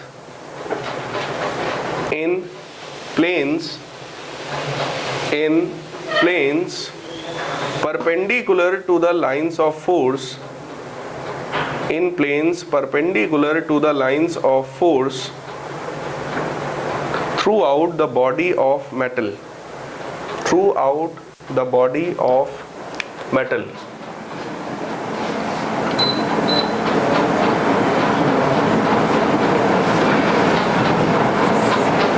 अब बात यह है कि सर अगर ये इंड्यूस्ड करंट ही है तो इसको इंड्यूस्ड करंट ही नाम क्यों नहीं रहने दिया, एडी क्यों लिख दिया इसकी जगह पर? देखो एडी का मतलब हिंदी में होता है भंवर। भंवर कभी सुना है वर्ड? क्या होता है? चक्रवात, है ना, साइक्लोन। तो साइक्लोन में ऐसे ऐसे घूमते हैं। या एक वर्ड आपने ये भी सुना होगा, वर्लपूल्स। इसकी वॉशिंग मशीन भी आती थी। सबसे पहला स्टार्ट वॉशिंग मशीन का शायद इसी कंपनी ने किया था। हाँ, पहले का मुझे नहीं पता, लेकिन इस कंपनी मतलब इस नाम की एक कंपनी आती है वॉशिंग मशीन की, ये मुझे पता है। वर्लपूल का मतलब बेटा ये होता है कि जब वॉशिंग मशीन ऐसे ऐसे घूमती है तो कभी जो वाटर होता है, बीच में एक रोटेटर होता है, उस रोटेटर के आसपास का जो वाटर होता है, कभी उसको ध्यान से देखिएगा, वो हमेशा जैसे अगर ये इतना, जैसे ये रोटेटर है जो उसको घुमा रहा है, तो इसके आसपास इतना स्पेस होगा जो खाली रहता है, और ये एकदम ऐसा कोनिकल बनाता जाता है, मतलब इतना स्पेस खाली रहेगा। कभी देखिएगा ऐसे ऐसे, जैसे अगर वो रोटेट करा रहा है तो इतना खाली हो जाता है, ऐसे ऐसे कम होते होते होते फिर वो पूरा पानी नीचे भर जाएगा। होता है ऐसा क्योंकि उसी शेप को हम बोलते हैं वर्लपूल्स, ठीक है ना। या कभी भी अगर हम किसी भी नदी में पत्थर फेंकते हैं तो जस्ट फॉर मोमेंट्स वहां भी ऐसा ही चीज प्रोड्यूस होता है, जब वो पत्थर जाकर उसको नीचे की तरफ ले जाता है तो, और फिर तुरंत ही वापस पानी आ जाता है, क्योंकि वो बहुत कम समय के लिए होता है तो ज्यादा ऑब्जर्वेबल नहीं है। लेकिन वॉशिंग मशीन में एकदम आपको आराम से दिखाई पड़ेगा। आज जाकर के वॉशिंग मशीन चलाइएगा, अगर उसमें रोटेटर होगा तो आपको ये बात दिखेगा कि इतना स्पेस खाली है, ठीक, उसी को वर्लपूल बोल रहे हैं। अब यहाँ पर वो नाम क्यों आया? क्योंकि ये जो एडी करंट इसमें प्रोड्यूस होने वाला है, वो एडी करंट हमेशा इस प्लेन के, भाई ये 3D ऑब्जेक्ट ऐसे रखा है ना, इस प्लेन के परपेंडिकुलर, मतलब ऐसे सर्कुलर फॉर्म में ये करंट फ्लो होता है। तो ये करंट यहाँ पे सरफेस में ऐसे ऐसे फ्लो होगा, और इसका रेडियस ऐसे कम होते चले जाएगा ऐसे। तो इस करंट का जो शेप बन रहा है वो भी कैसा है? एडी की तरह, वर्लपूल की तरह, इसलिए इसको हम लोग एडी करंट बोलते हैं। और जरा लास्ट लाइन पढ़िए जो आपको लिखाई गई है। आपसे बोला गया the induced current flow in closed path in planes perpendicular to the line of force throughout the body of metal. मतलब वो बॉडी, जो मेटल की जो बॉडी है, उसके परपेंडिकुलर डायरेक्शन में ऐसे ऐसे घूमेगा। शेप वर्लपूल जैसा है, इसलिए नाम क्या लिखा गया? Eddy current. ठीक है, लिखिए अब आगे इसी में, these current look like eddies और whirlpools in water. These current look like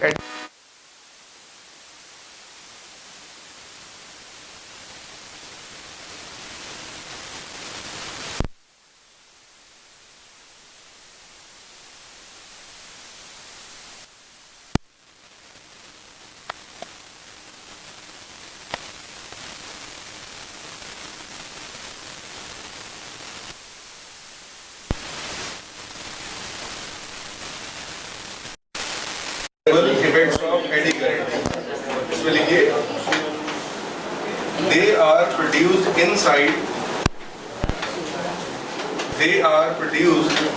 inside the iron core of rotating. They are produced inside iron core of rotating armatures, मतलब coil, rotating coils of electric motors, comma, generators and transformers.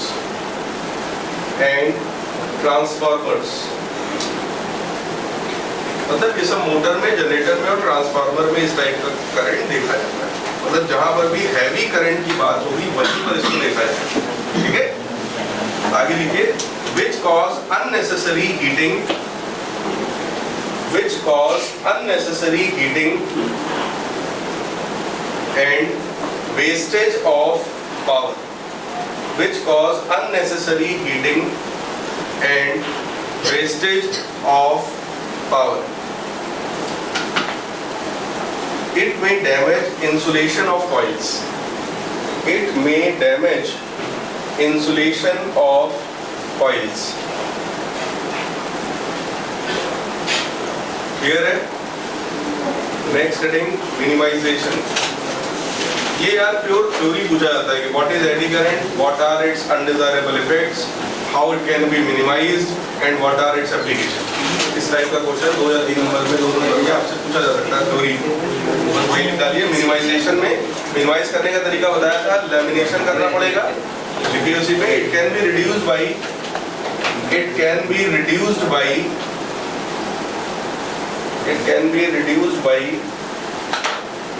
using laminated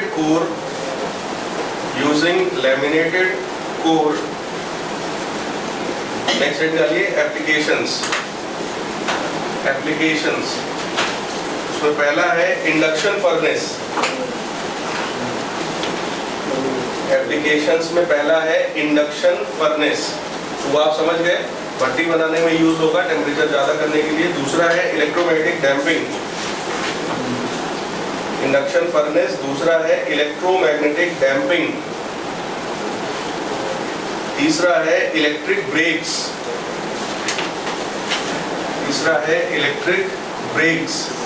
चौथा है स्पीडोमीटर्स।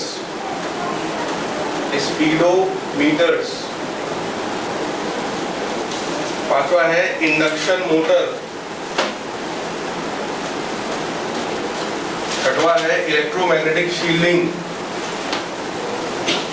Induction motor, 6th है electromagnetic shielding. इन सबका नाम सुना होगा आपने। Induction motor कहाँ सुना था?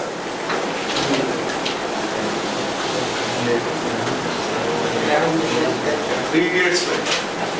How does the induction motor start? कैसे स्टार्ट होता है?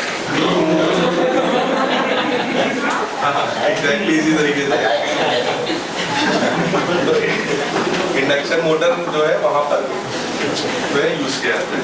इंडक्शन मोटर का मतलब सिंपल है, ये मोटर ऐसे करंट से चलेगा जो इंड्यूस्ड होगा। मतलब ये जो इंड्यूस्ड करंट हम बना रहे हैं, इसी से अगर मोटर चलवा दिया जाए तो उसका नाम क्या कहलाता है? इंडक्शन। क्लियर एकदम? ये बना के लिख लेंगे अगर एडी करंट पूछा जाएगा तो। नेक्स्ट हेडिंग है बेटा self induction. Next concept is self induction. Self induction word से क्लियर है। इस बार जो इंडक्शन होना है वो खुद में, मतलब एक कॉइल हम कोई लेंगे, उस कॉइल में ऐसा कुछ सिस्टम बनाया जाएगा। जैसे ये कॉइल है, इस कॉइल में जो हमने सेल लगाया, इसके साथ एक स्विच लगाया। अब ध्यान से देखना जरा, अगर इस स्विच को हम अभी क्लोज करेंगे तो करंट फ्लो होने लगेगा। अभी फिलहाल करंट कितना है? 0। करंट 0 है तो इसके आसपास कोई मैग्नेटिक फील्ड भी नहीं होगी, मैग्नेटिक फ्लक्स भी नहीं होगा। तो इनिशियली अभी फिलहाल फ्लक्स कितना है? 0। जैसे ही हम इस स्विच को ऑफ करेंगे, मतलब करंट फ्लो कराना, मतलब स्विच को क्लोज करेंगे अगर हम, तो तुरंत यहाँ पे करंट फ्लो हो जाएगा। करंट फ्लो होगा तो इसके आसपास तुरंत मैग्नेटिक फील्ड आएगी, तुरंत मैग्नेटिक फ्लक्स इंक्रीज हो जाएगा और वो फ्लक्स 0 से सडनली इंक्रीज होगा। तो इसका मतलब फ्लक्स में चेंज हो गया। अगर फ्लक्स में चेंज हो जाएगा तो वहां पे कुछ ना कुछ इंड्यूस करंट आ जाएगा, ठीक। और वो इंड्यूस करंट इस ओरिजिनल वाले करंट का क्या करेगा? तो जैसे ही हम लोग स्विच ऑन करते हैं, करंट फ्लो होना स्टार्ट होता है। एक यहाँ पर इस टाइप से एक इंड्यूस्ड करंट अपोजिट डायरेक्शन में फ्लो होगा जो उसका अपोज करेगा। उसी डायरेक्शन में नहीं, उस डायरेक्शन में तब होगा जब आप इसको ऑफ करेंगे, मतलब स्विच को ऑफ जब करेंगे या सर्किट को ओपन करेंगे। अब देखो, जैसे तुमने ऑन किया तुरंत फ्लक्स बढ़ गया, अब वो फ्लक्स कांस्टेंट हो गया, है ना। जैसे ही तुम स्विच ऑफ करोगे तुरंत करंट कितना? 0, तो फ्लक्स भी तुरंत 0। इसका मतलब फिर से फ्लक्स डिक्रीज हुआ। तो ये फ्लक्स में जो चेंज हो रहा है ये सिर्फ ऑन और ऑफ करने में हो रहा है। तो जब आप ऑन करेंगे तो इंड्यूस करंट तो अपोज करता है लेंज लॉ के हिसाब से, तो जब ऑन किया तो इंड्यूस करंट अपोजिट है, लेकिन जब ऑफ करेंगे तो उस समय इंड्यूस करंट किधर फ्लो होगा, उसकी डायरेक्शन। कुछ बात समझ में आ रही है? ठीक, तो ये प्रोसेस कहलाता है self induction. That means if the current flowing in a coil is changing, then there will be change in the magnetic flux of the same coil, and hence there will be some induced current. Clear?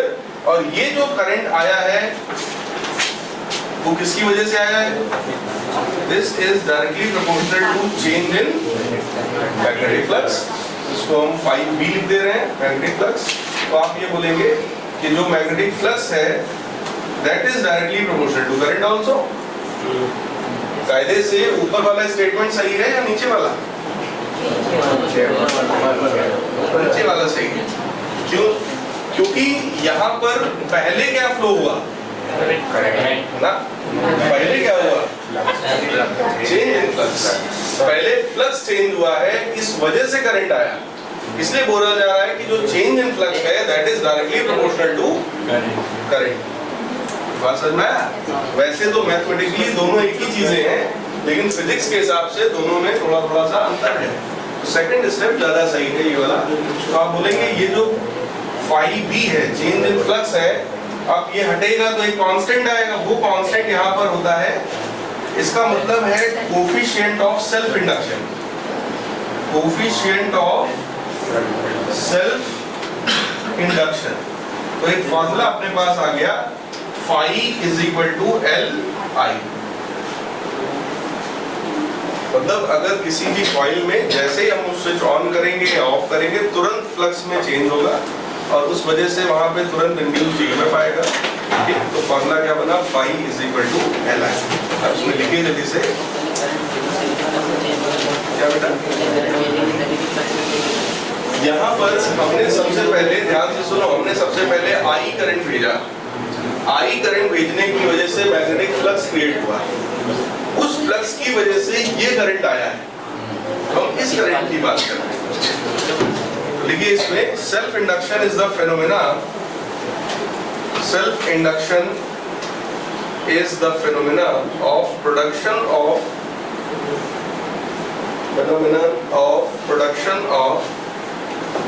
induced EMF in a coil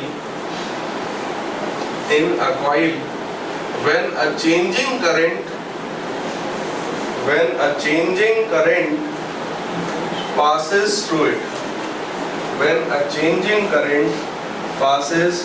through it, clear है? ये diagram बनाइए, देखिए phi is equal to Li।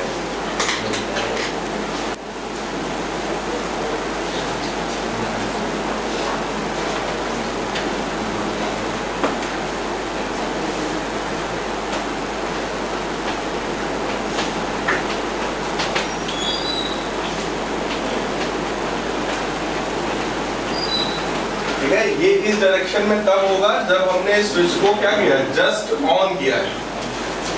इसी तरीके से जब just of करेंगे तब जो इंड्यूस करंट होगा वो सपोर्ट करेगा, ठीक है ना, तब वो क्लॉकवाइज इस डायरेक्शन में फ्लो होगा। फिलहाल यहाँ पर कुछ ना कुछ इंड्यूस्ड ईएमएफ भी आया होगा। उस ईएमएफ का फॉर्मूला क्या होता है? EMF is equal to minus d phi by dt। So that is d by dt of phi। phi का मतलब फ्लक्स, और वो फ्लक्स कितना है? Li। इसमें जरा ध्यान से देखिए, क्या कांस्टेंट है? बाहर आ जाएगा, अंदर क्या बनेगा? di by dt, क्योंकि करंट ही चेंज हुआ था। तो ईएमएफ का फॉर्मूला आ गया minus L times di by dt।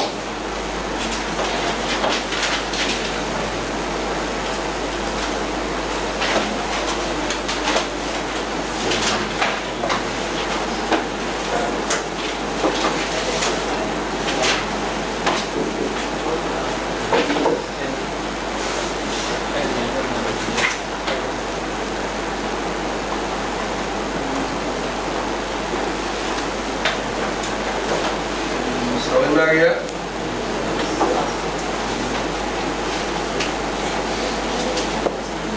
चलो भाई जल्दी से, ठीक है।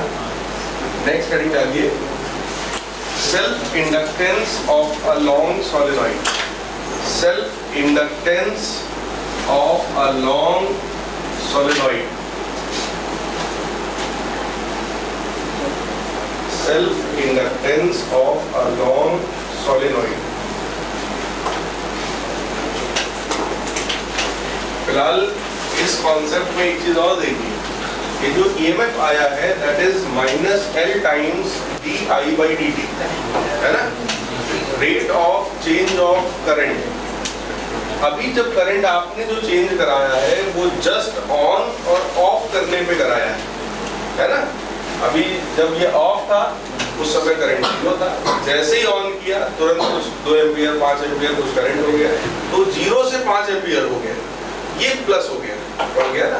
जब ऑफ करेंगे तो 5 से सीधे 0 हो जाएगा। इतना ही चेंज करा रहे हैं, ठीक, क्योंकि हमने यहाँ पर एक सेल जोड़ रखा है, और जो सेल होता है या बैटरी होती है वो डायरेक्ट करंट का सोर्स है, डीसी करंट, पता है ना सबको। करंट दो टाइप का होता है, डीसी और एसी। अगर इसी में हम ऑल्टरनेटिंग करंट जोड़ देते तब उस समय जो करंट फ्लो होता वो लगातार खुद ही वेरिएबल होता। ऑल्टरनेटिंग करंट का डेफिनेशन यही है कि जो करंट समय के साथ लगातार चेंज होता रहे वो क्या कहलाता है, ऑल्टरनेटिंग करंट। तो अगर यहाँ पर बेटा हम कोई ऐसा सोर्स लगा देते इस टाइप से बना करके, एसी सोर्स, जो कि नेक्स्ट चैप्टर है अपना, ठीक, तो अगर ऑल्टरनेटिंग करंट यहाँ पर होता तो सोचो जो ईएमएफ आता वो -L di/dt होता, बस वहां पे इस करंट की जगह वेरिएबल करंट रख देते। समझ में आ रहा है ना। तो अगर तुम बैटरी या सेल यूज करोगे तो सिर्फ ऑन या ऑफ के समय इंड्यूस करंट दिखाई पड़ेगा, लेकिन अगर तुमने ऑल्टरनेटिंग करंट ही यूज कर दिया सीधे सीधे, जैसे इसमें कौन सा करंट आता है, ऑल्टरनेटिंग, अगर इससे हमने करंट प्रोवाइड करा दिया इसको, तब जो इंड्यूस्ड ईएमएफ होगा या इंड्यूस करंट होगा वो लगातार दिखाई पड़ेगा। समझ आ रहा है ना। तो फिलहाल नेक्स्ट हेडिंग आपने क्या डाला है, self inductance of a long solenoid. देखो यार, सेल्फ इंडक्टेंस किसी का भी निकालना हो, फॉर्मूला अपने पास एक ही है, phi = Li। तो हमने किसी भी सोलेनॉइड के लिए ये सेल्फ इंडक्टेंस का जो कोफिशिएंट है यही निकालना है। So that is equal to phi upon I। किसी भी सोलेनॉइड में अगर फ्लक्स निकालना है तो फॉर्मूला क्या होता है, मैग्नेटिक फील्ड इनटू एरिया, है ना। BA, B का मतलब कितना होता है किसी भी सोलेनॉइड के अंदर, हाँ कितना होता है, mu not n I multiplied by area divided by I से I कैंसिल होगा। ये आपको दिख रहा है म्यू नॉट n इंटू ए। तो ये आ गया सेल्फ इंडक्टेंस, आ गया। इसमें ये n क्या होता है, number of turns per unit, सही है। अब जरा ध्यान से देखो, इतने पूरे में क्या चीज गड़बड़ है। गड़बड़ ये है कि हम लोगों ने जो फ्लक्स लिखा, आपने तो सीधे सीधे फॉर्मूला लगा दिया कि फ्लक्स = B × A, लेकिन फ्लक्स के केस में ये बात हम लोग हर जगह करते आए हैं पूरे हर डेरिवेशंस में, फॉर n टर्न्स। सोचो केवल एक टर्न होता तो ये बात सही थी, लेकिन सोलेनॉइड में तो n टर्न्स होते हैं ना। अगर एक टर्न से इतना फ्लक्स चेंज हो रहा था तो n टर्न से कितना होता है, मल्टीप्लाइड बाई n। तो यहाँ पर अभी हमको एक n का और मल्टीप्लाई करना चाहिए था। ये n क्या है, नंबर ऑफ टर्न्स। इसकी वैल्यू क्या होगी, स्मॉल n इंटू L। भाई सोचो ये जो स्मॉल n लिखा हुआ है, इस स्मॉल n का मतलब होता है number of turns upon length. तो नंबर ऑफ टर्न्स कितने हुए, n इंटू L। इसकी जगह बेटा n इंटू L और लिखना चाहिए, तब जाकर के फॉर्मूला क्या बनेगा, mu naught n square a into L। इसको आप भले वॉल्यूम लिख लीजिए, कोई दिक्कत नहीं, ठीक है। तो ये जाकर के तुम्हारा ओरिजिनल फॉर्मूला बना, ये सेल्फ इंडक्टेंस जो आएगा that is mu naught n square a into L। ठीक है।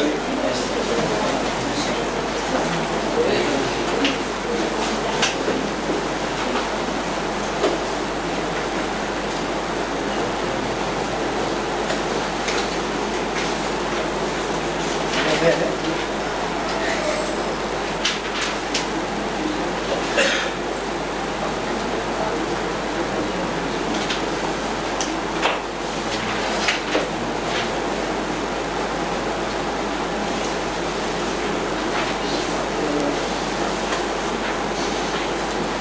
बात समझ में आ गई? इसी में अब एक छोटा सा कॉन्सेप्ट और कुछ बढ़ाया जा सकता है। जैसे ये जो म्यू नॉट, जहां भी पूरे मैग्नेटिज्म में जहां भी म्यू नॉट यूज हुआ है उसका मतलब क्या है बेटा? परमिबिलिटी किसकी? फ्री स्पेस या वैक्यूम। जो परमिबिलिटी हमने यूज की है वो फ्री स्पेस या वैक्यूम की है। लेकिन जरूरी तो नहीं है कि ये जो मैग्नेट्स रखे हैं या जो मैग्नेटिक फील्ड है वो हमेशा वैक्यूम में ही हो सकता है वो किसी और मीडियम में हो। अगर हम किसी और मीडियम की बात करते हैं तो यहाँ पर हमें क्या करना पड़ेगा? म्यू। और उस म्यू का फॉर्मूला क्या होता है? Mu naught into mu R. उस कंडीशन में तुमको वो रिलेटिव परमिबिलिटी देगा कि ये जो सोलेनॉइड है it is placed in a medium of relative permeability, this value दे देगा, तो उसको भी वहां मल्टीप्लाई कर देना। समझ आ रहा है ना? फिलहाल इसमें इतना ही है। नेक्स्ट हेडिंग डालिए।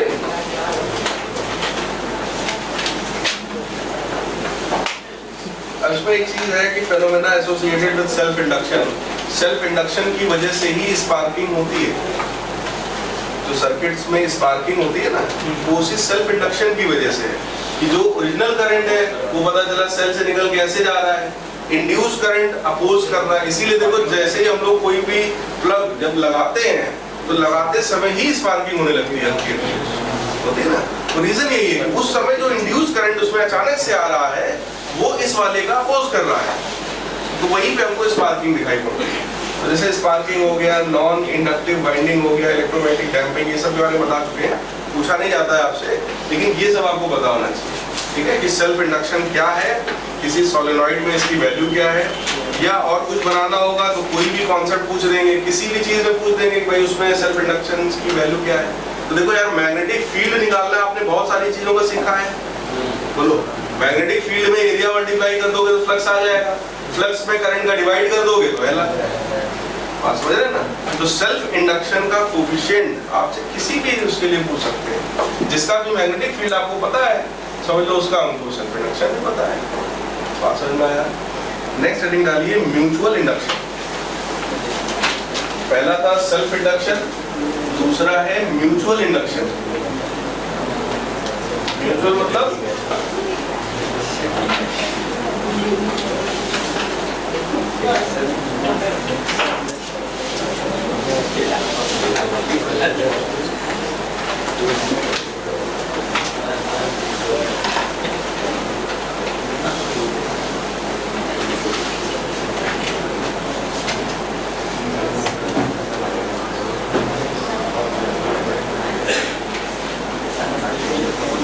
इस टाइप का भी कुछ सिस्टम हो सकता है।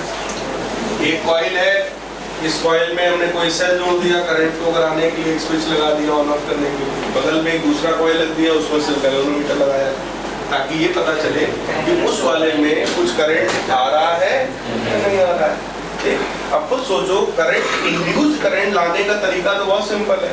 कुछ भी ऐसा कर दो कि इस वाले कॉइल से पास होने वाला फ्लक्स चेंज हो जाए।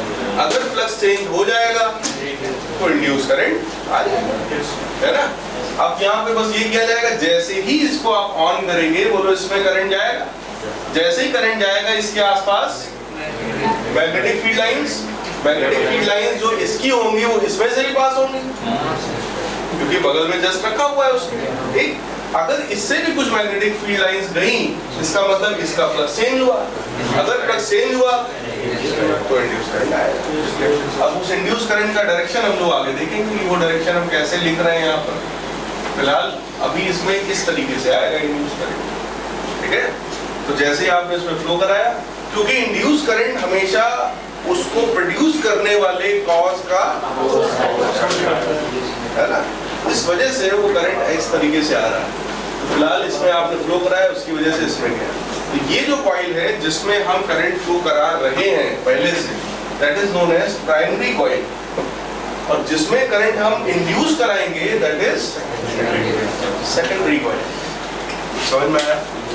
इसका मतलब इस बार क्या हुआ है कि change in flux in the secondary coil is directly proportional to flux। क्यों आया है? करंट की वजह से। पिछली बार भी फ्लक्स क्यों आया था? करंट की वजह से। वहां पर एक ही कॉइल थी तो प्राइमरी सेकेंडरी वाला लोचा नहीं था। यहाँ पर दो कॉइल्स हैं तो हमने जो फ्लक्स में चेंज कराया है वो सेकेंडरी में कराया है, लेकिन किसके through? By the current in. तो इस बार जब प्रोपोर्शनलिटी का साइन हटेगा तो एक कांस्टेंट आएगा m which is known as coefficient of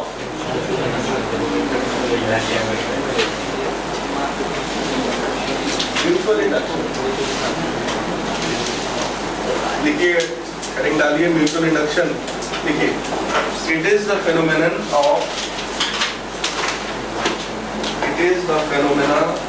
phenomenon of production of induced EMF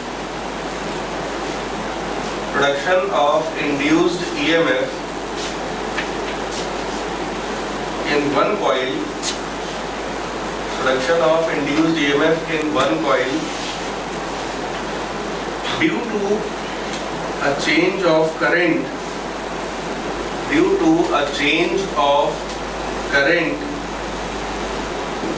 in the secondary coil, due to the change of current in the secondary coil।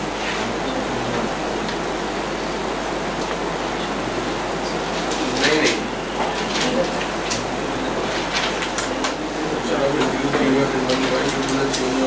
ऐसा लिखो, due to the change of current in other coil।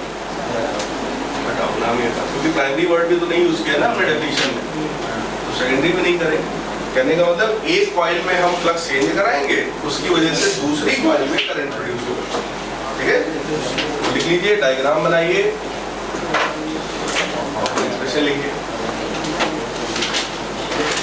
इसमें भी EMF निकालो भाई।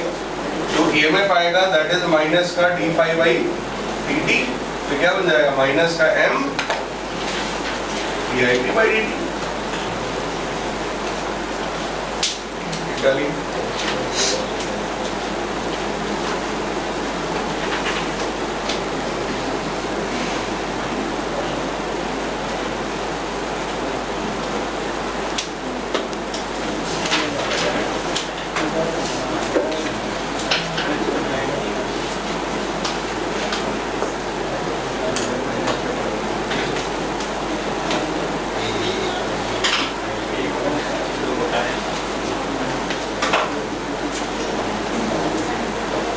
समझ में आ गया? अब उसमें एक चीज आपको डिराइव करके लाना है, हेडिंग डालिए, mutual inductance of two long solenoids. Mutual inductance of two long solenoids.